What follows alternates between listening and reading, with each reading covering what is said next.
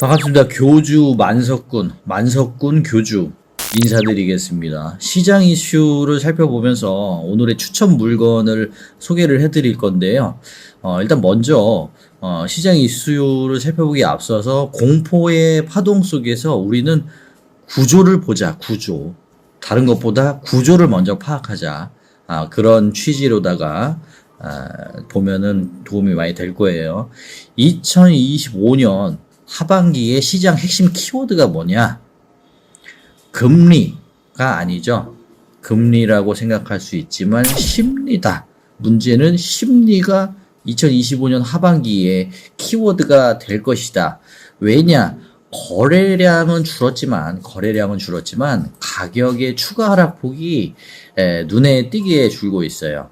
그래서 여기가 우리가 생각하는 바닥이다 라고 생각할 때 그게 바닥이 아니라 여기가 심리적으로 이제 저점이 형성이 되는구나 라고 그렇게 볼 수 있는 시그널이다 라고 말씀드릴 수가 있고, 그래서 시장 이슈를 이제 보면은 이제 진짜 시장의 변곡점을 만드는 거는 우리의 심리 회복 타이밍입니다. 거래량은 줄었지만 가격의 추가 하락폭이 눈에 띄게 줄어들고 있다. 가격이 점점점 유찰이 돼도 그 떨어지는 가격의 폭은 법원에서 책정한 유찰가는 정해져 있어서 똑같겠지만 시세가 떨어지는 하락폭은 점점점 줄어들고 있다. 이게 방금 말씀드렸던 신호죠. 저점을 형성하고 있는 신호. 그래서 지금은 금리가 높냐 낮냐를 따지는 게 아니라 사람들의 두려움이 얼마나 완화가 되었느냐, 즉 얼마나 면역이 되었느냐, 그것이 바로 저점을 지지하는 지지대다.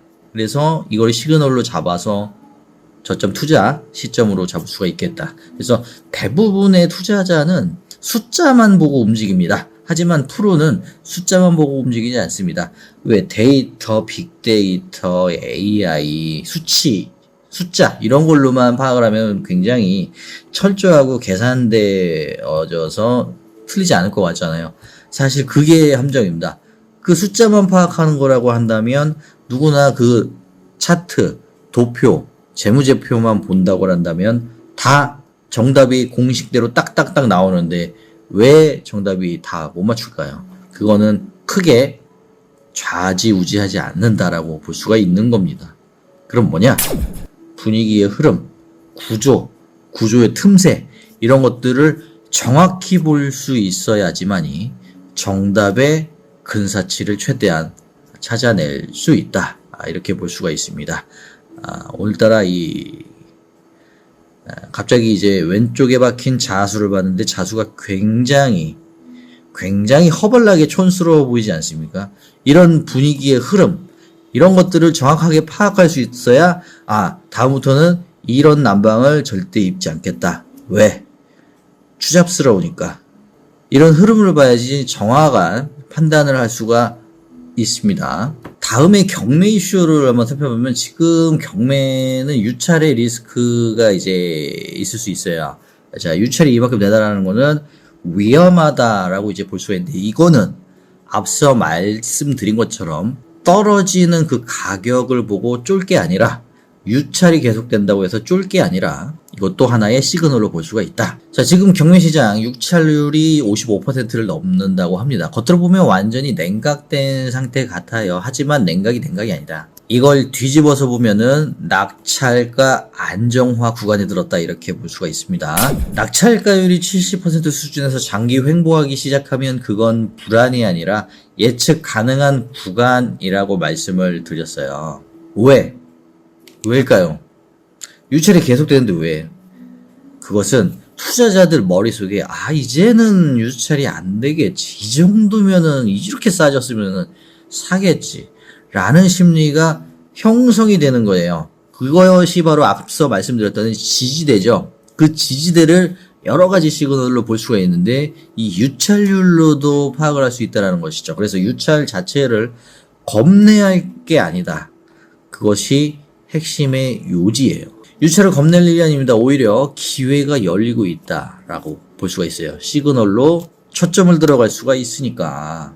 그래서 이 근간으로 인해서 제가 추천 매물을 하나 소개를 해 드리려고 하고 있습니다. 일단 기본적으로 추천 매물은요, 주택 매매가 이제 죽으면 상가가 살아나는 그러한 기반적인 이론으로 해서 이게 뭐 이론이 다 맞는 건 아니지만 어쨌든 그런 감각을 통해서 말씀드리는데, 생활용 수요 기반의 구도심 중심축 상가를 이제 추천을 드렸어요.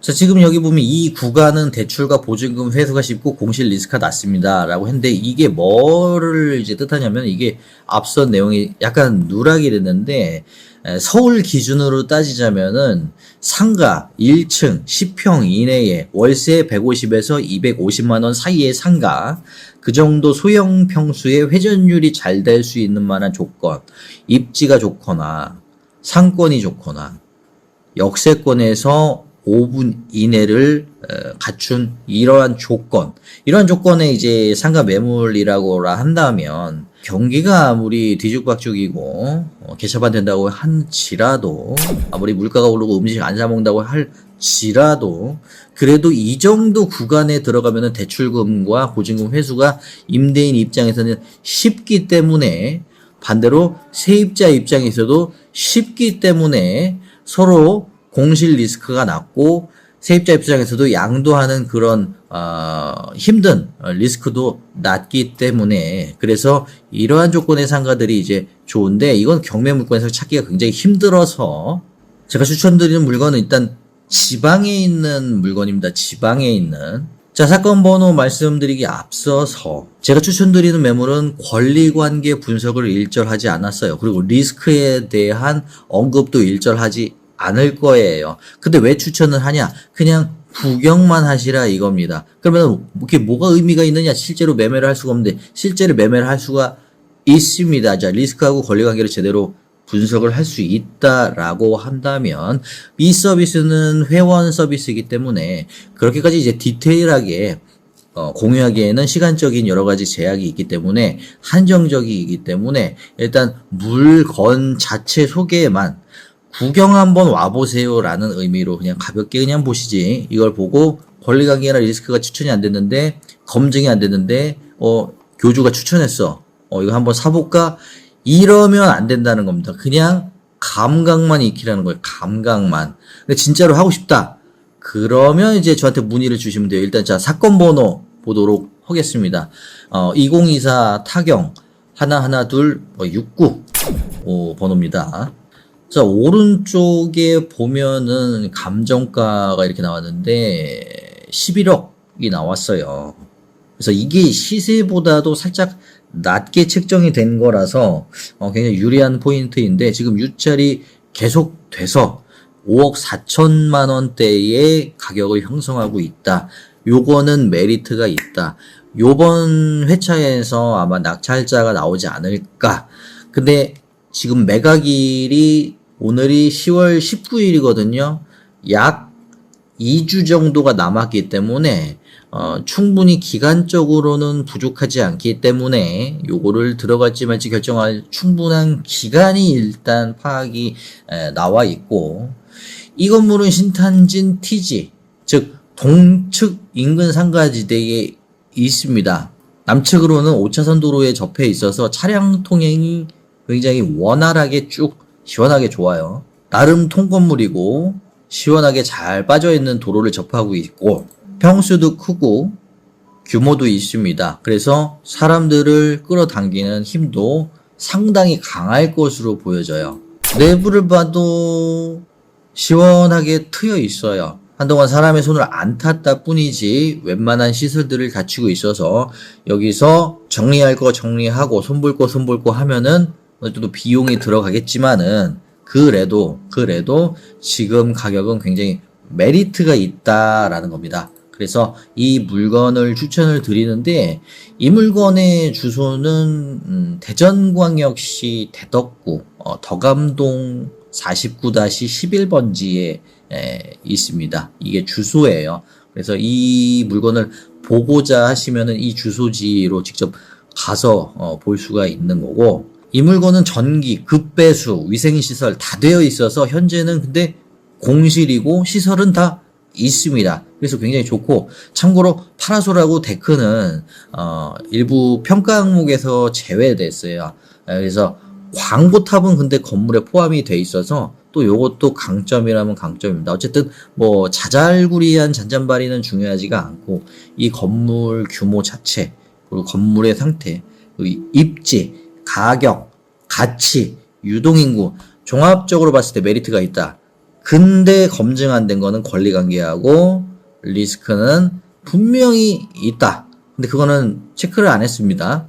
그거는 이제 셀프로 하셔도 되고 저를 통해서 하셔도 되고 여러 가지 방법대로 하시면 되니까 그거는 이제 선택의 자유의 부분이다. 단 리스크와 권리관계는 검증이 안 됐다. 해서 투자 비급을 말씀을 드리자면 대부분 그렇게 생각을 해요. 이거 언제 사면 타이밍이 맞나요? 라고 하지만 진짜 정답은 무엇을 사야 되냐. 또 아까 제가 말씀드렸던 어떤 구조를 사야 되느냐. 이거를 파악하는 게 굉장히 중요하다.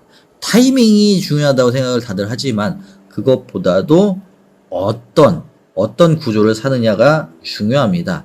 타이밍은요, 내가 선택하는 그 시점이 타이밍입니다. 어떤 타이밍이 정해져 있는 게 아니죠. 굉장히 중요한 포인트입니다. 예를 들어서 낙찰가 대비해서 실제 임대 수익률이 8% 이상이고 잔금 시점에 공실 리스크가 없다면 그걸 더 기다릴 이유가 없는 매물입니다. 시장은 기다리는 자를 구하지 않습니다. 두려움 속에 머무는 동안 기회는 이미 사라집니다. 혹자는 그래요. 다른 사람이 채갔어. 그러면 그 사람이 주인이지. 할 수 없지. 내가 주인이 아닌가 보지. 운명이 그런가 보지. 그냥 그렇게 편하게 생각을 하는데 그러면 그냥 아예 하지 않는 게 맞죠. 왜? 그러다가 이번에는 한번 잡아보자. 잡았는데 똥이야. 누굴 탓합니까? 잡을 수 있을 때 잡아야 된다. 누군가는 공포 속에서 물러서고 누군가는 같은 공포 속에서 출항합니다.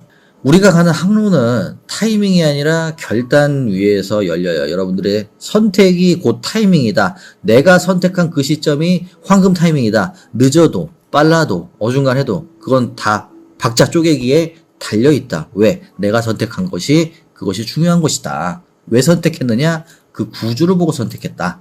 자, 패스교주 해적단의 항해는 오늘도 그 결단 위를 지나고 있습니다. 패스교주 해적단이 뭐냐? 네이버에 치면은 연재 웹소설이 나와요. 그것과 우리 경매 이야기, 인생 이야기가 맞물리는 그런 것들이 있습니다. 그래서 이건 뭐 그냥 참고 삼아 보실 분들만 보고요. 어쨌든 오늘의 영상 추천 물건 잘 보셨다라고 한다면 오늘의 영상 좋아요 한번 눌러주시고 구독하기 버튼 한번 눌러주시면 감사하겠고 다음 또 좋은 영상으로 찾아뵙겠습니다. 감사합니다.